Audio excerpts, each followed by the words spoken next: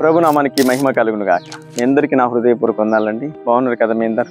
చూడండి, యేసుక్రీస్తు నమ్మిన తర్వాత ఎవరి వైపు చూస్తున్నాం? మనము యేసుక్రీస్తుని తప్ప అన్నిటిని చూస్తాం.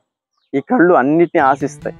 అది కావాలా, బంగారు కావాలంటుంది, బైక్ కావాలంటుంది, కారు కావాలంటుంది, బిల్డింగ్ కావాలంటుంది. మరి ఏది తక్కువైనా ఈ శరీరం ఓర్చుకో. కానీ నువ్వు ఆత్మ సంబంధంగా ఎవరి వైపు చూడాలంటే మీకు ఒక మాట జ్ఞాపకం చేస్తాను. కొలస్సీ రాసిన పత్రిక 3వ అధ్యాయం 1వ వచనం, మీరు క్రీస్తుతో కూడా లేపబడిన వారైతే పైనున్న వాటినే వెదకుడి. దేవునికి స్తుతి కలుగును గాక. ఎప్పుడు ఏం వెతకాలా?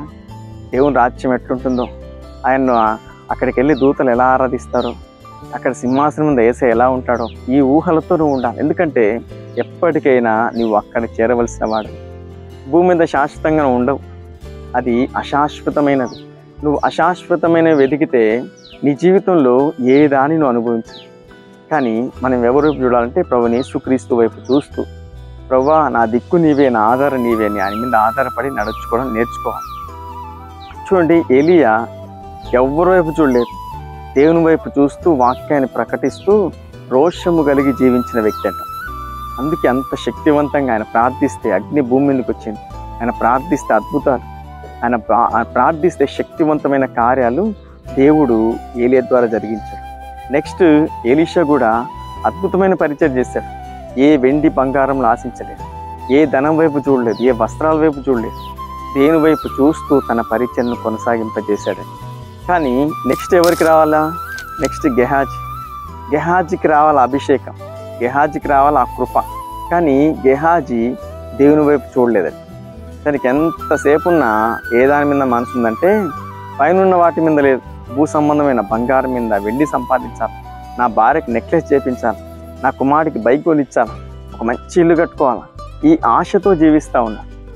అదే ఆశ కలిగి నయమాను వెంట పరిగెత్తాడు, అక్కడి నుంచి తెచ్చుకున్నాడు, రోగం సంపాదించుకున్నాడు. ఈరోజు జాగ్రత్త సహోదరి సహోదరుడా, దేవుని ఆశ్రయించిన నీవు, దేవుని ఆరాధిస్తున్న నీవు, దేవుని యందు విశ్వాసం ఉంచిన నీవు ఎవరి వైపు చూడాలంటే ప్రభువు వైపు చూడు.